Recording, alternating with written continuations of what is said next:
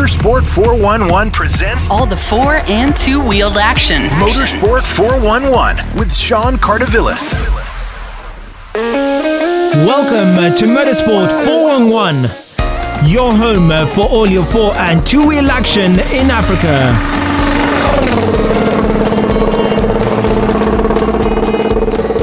Coming up in this episode, we focus on Rally Raid. In Naivasha, Tim Jessop won the overall on his bike, while in South Africa we catch up with Guy Botterill, who competed in the first round of the cross-country championship. All the four- and two-wheeled action. Motorsport 411.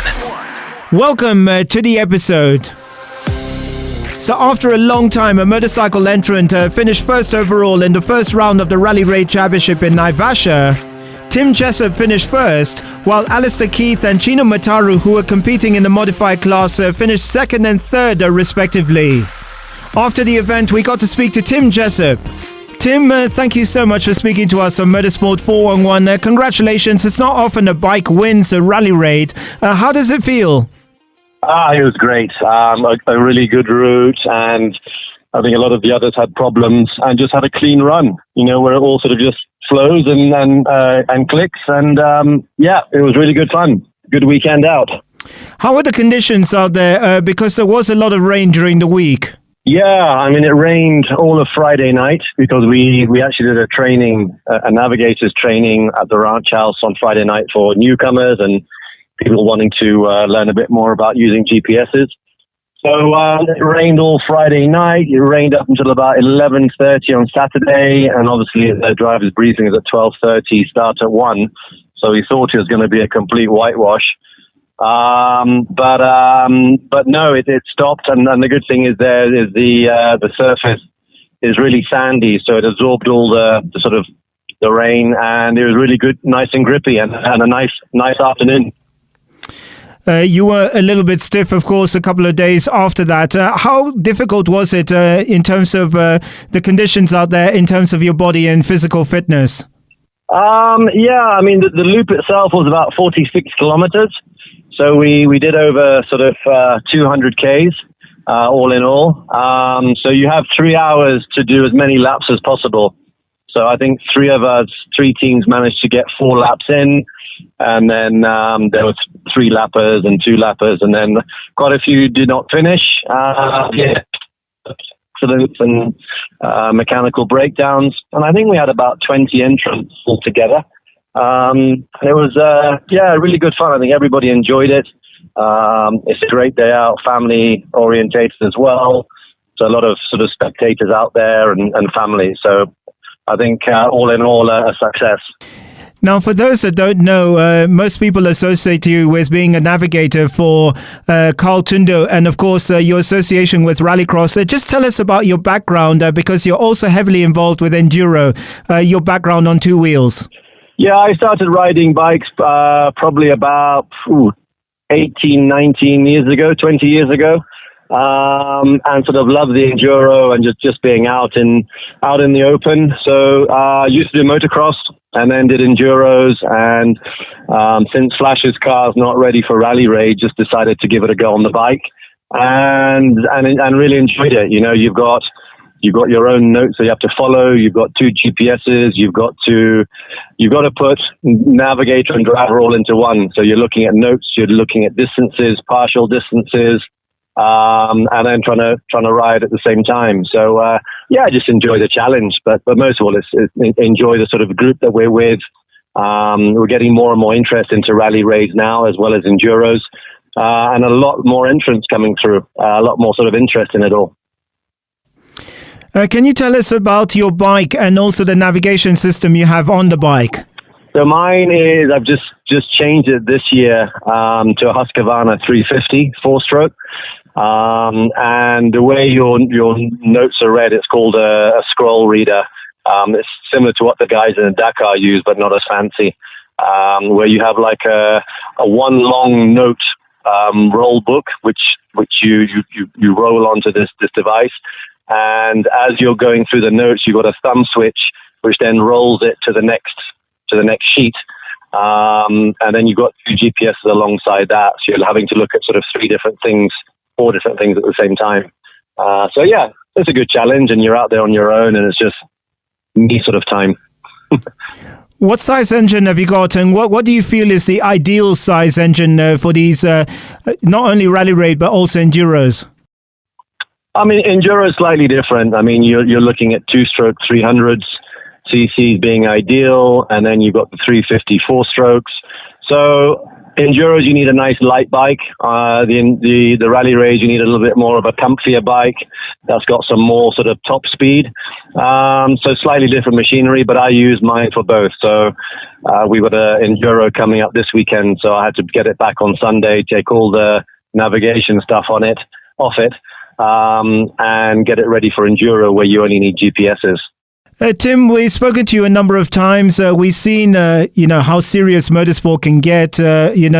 Between you and Carl, you've spoken about how the camaraderie is sort of lost in rallying. It must be refreshing with enduros, rally raids, the sort of family spirit you have there.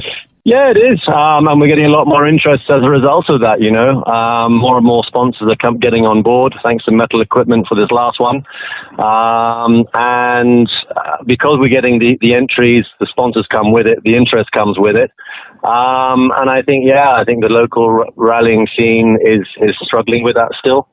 But the raids and enduros, you've got about 70 riders at the moment. I think half of those are under the age of 12, 13, which is fantastic. And it's a bit like RFs, run it well, and the sponsors will be there, make it fun, very clear cut on rules and regs, and stick by them, but also have, like we do on the raids, is we look at sort of your tracks versus where you should have gone, and you take it with a sort of a pinch of salt when you apply penalties, but the penalties are very clear, no sort of grey areas. So that's what's sort of attracting people. And finally, with the Rallycross, 3 events planned for this year. The first one in the first weekend of May. Yeah, 6th and 7th of May. The regs will go out this week. Entries will go out. And again, a lot more interest coming in. We've got Batika back on board again for the whole year, which is fantastic. Thank you to Batika. And really looking forward to it. I think the 2-wheel drive class has actually shown more interest than anything else. I think Baldev Chaga is actually bringing his own 4-wheel drive 2-liter Subaru to drive it himself, so not just in the team event. So a lot more people are wanting to come into the true spirit of Rallycross, which is bring your own car, create a class. I think we'll have about 3 or 4 classes this time. So 2-wheel drive, 4-wheel drive, team event, that kind of thing. So looking forward to it. All right, Tim Jessop, thank you so much for speaking to us on Motorsport 411. You're welcome, Sean. Thanks so much. That's Tim Jessop, who finished first overall. We'll be back.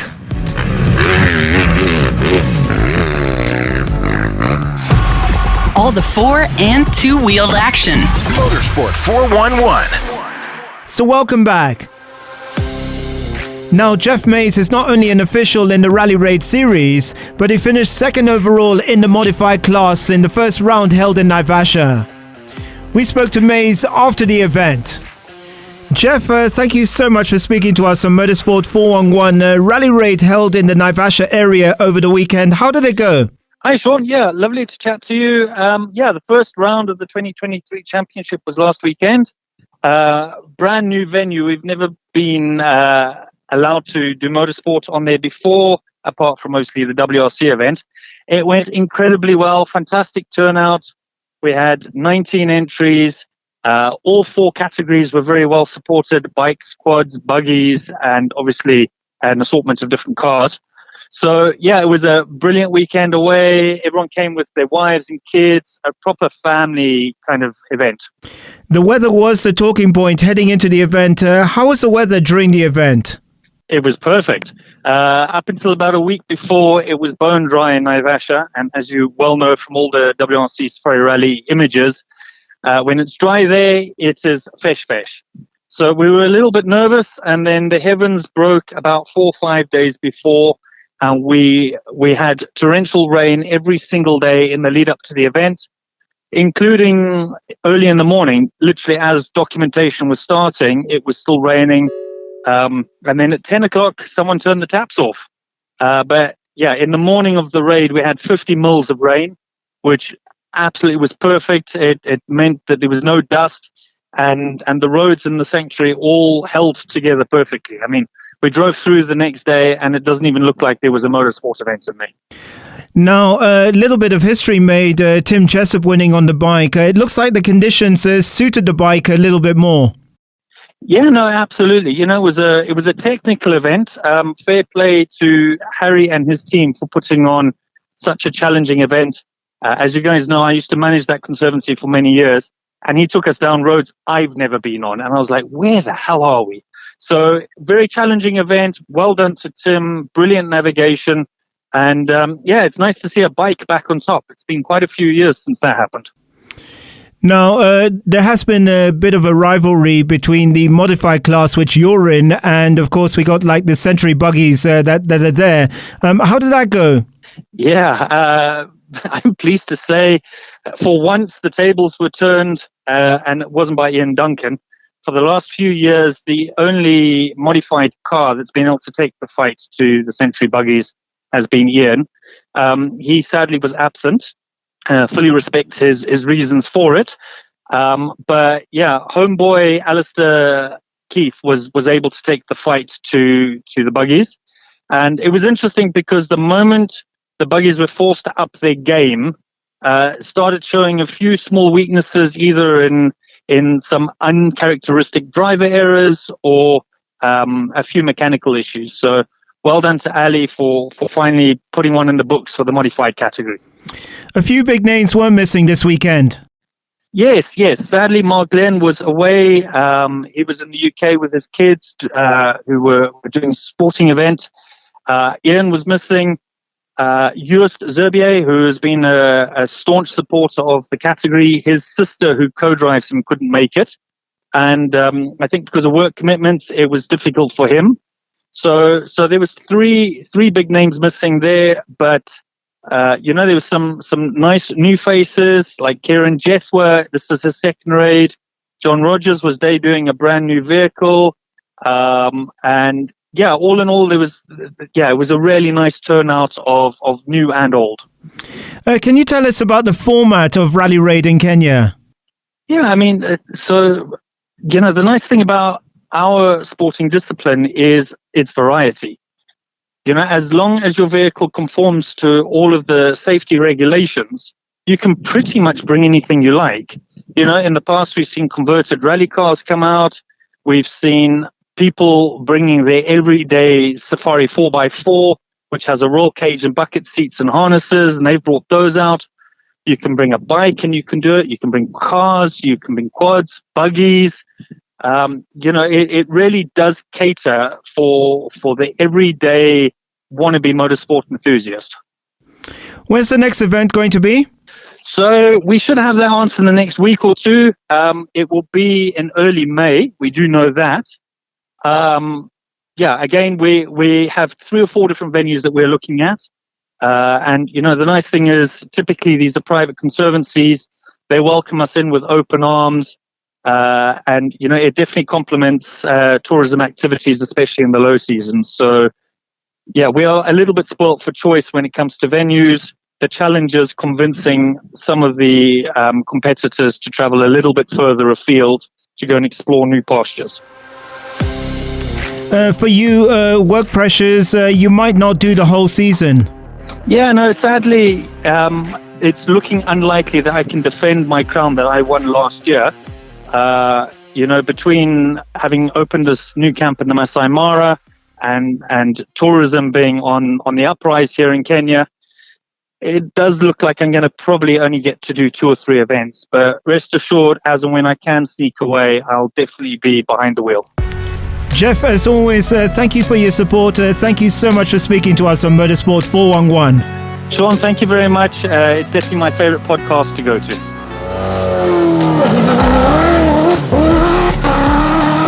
So that's Geoff Mayes, who finished 2nd overall in the modified class in the first round of the Rally Raid series in Naivasha. We'll be back. All the 4- and 2-wheeled action. Motorsport 411. So welcome back.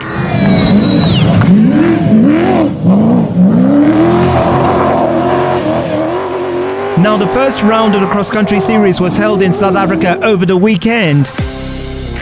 Henk Lartigan of the Toyota Gazoo Racing team finished first overall in the T1 Plus class. Gareth Woolridge in the Ford split the Toyotas, finishing second, followed by Giniel de Villiers and Guy Botterill of Toyota. After the event, we spoke to Guy Botterill. Guy, thank you so much for speaking to us on Motorsport 411. Congratulations, fourth overall over the weekend. How did it go for you guys? Thank you so much. It was our first race of the season. The last time we had driven the car was the last race meeting last year. So I was a little bit worried that we didn't have enough seat time. But we got in the car and felt comfortable straight away. Although we came fourth overall, it didn't really show our true pace. Because how off-road works or rally raid is you have a seeding, and with your seeding is where you start your prologue, and our seeding is improving every time we go out, but we are currently seeded in 8th position, and when we started in 8th, unfortunately we caught a car in front of us relatively quickly. 20 k's in, we caught the first car, and with the nature of the terrain, it was very difficult to overtake or even get close to the car in front of you because of all the dust. So unfortunately in our prologue we lost a lot of time and qualified in 8th position for our our first and second loop. So that hurt us a bit, but before we got to the car, we were feeling really good in the car. Everything was working well. The notes were good, and I was just feeling really comfortable. So we were managing to post some really quick sector times, but unfortunately it didn't show overall. And then with us going into the first loop, we started in 8th place and had to get through some traffic. And unfortunately, we got 2 punctures, which also hurt us relatively bad.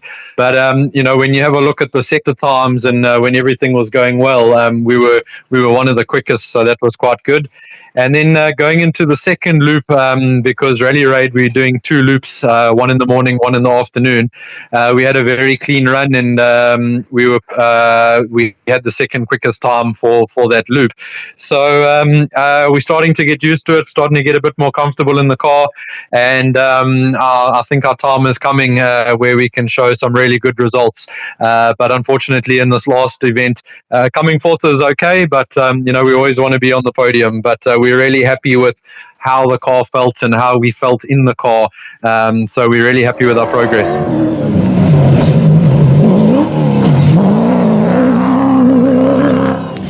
Guy, can you give us an idea of where it was held and the format of Rally Raid in South Africa? It's actually called cross country. Yes, that's correct. So rally raid and cross country is the same thing, just different countries call it different things. So a lot of people get a bit confused between the difference of rally raid and cross country racing, but it is the same thing. How it works in South Africa is we have a prologue, which is basically like our qualifying, and your prologue starts, your starting position for your prologue works on your seeding, and your seeding is historic results. So if you've been racing for a while and you've had reasonable results,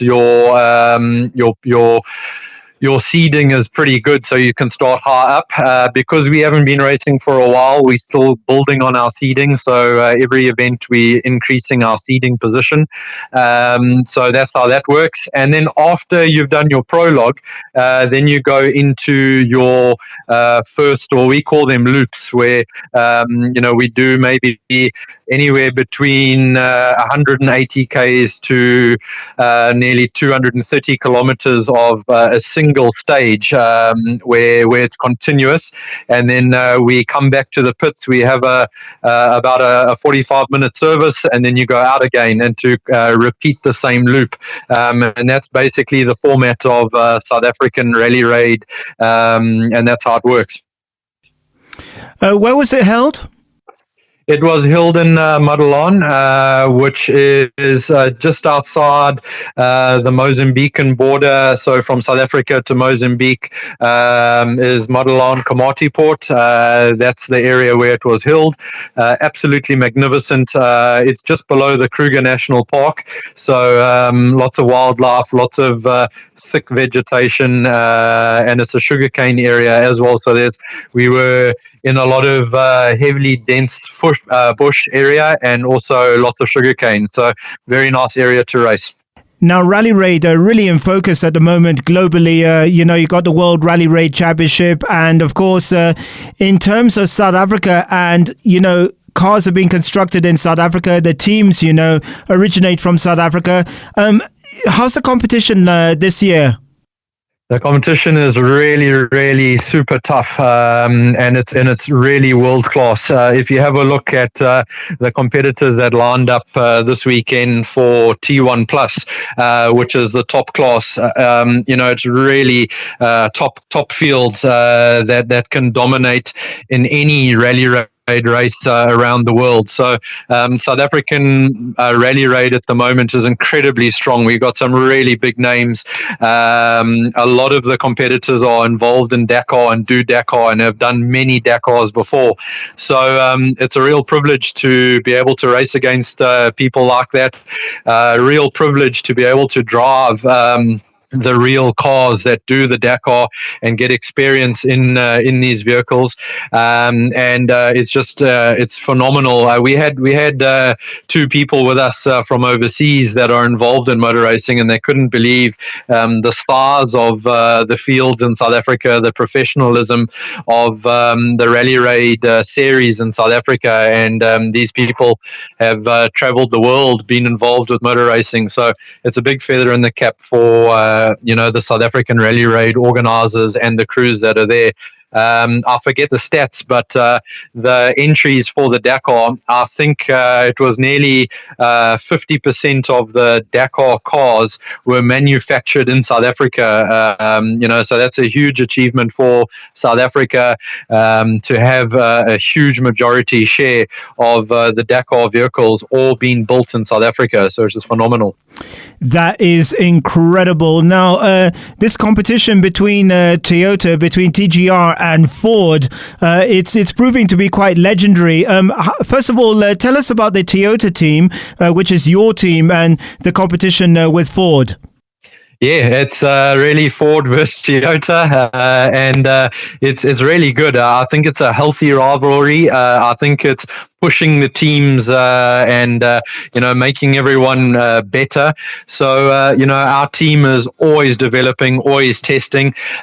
We don't speak much to the Ford guys. I don't think that would be allowed too much, but we every time we go to a race meeting, if we do not have any improvements, then we're under pressure from Ford, because as hard as the Toyota team is pushing, Ford is pushing as well. I follow them all on Facebook and Instagram, and I see every second weekend the guys are out there testing and developing, and when you see the cars, there's always something new on them, always from the Toyota side and the Ford side, which is really incredible. And the Toyota team is gearing up to get bigger. There's more equipment, there's more milling machines, and everything going on in the workshop. So they're planning on producing more cars as the demand worldwide is increased, and they've built a name for themselves to be a Dakar winning car, so there's a huge demand for them. So the Toyota team is getting bigger, and so is the Ford team. Ford have done a deal with M Sport, Malcolm Wilson, and I don't know the full ins and outs, but I know M Sport, I'm sure their plan is to go to Dakar, and the cars will be built in South Africa, shipped across, and it looks like M Sport will be running the cars as a factory team. So very exciting times for South African motor racing, where a legendary car manufacturer like M Sport takes on a South African built car, which I think is incredible. Now, for you, last year was really busy. You were also in the South Africa Rally Championship. Are you planning on rallying again this year? So, interesting question.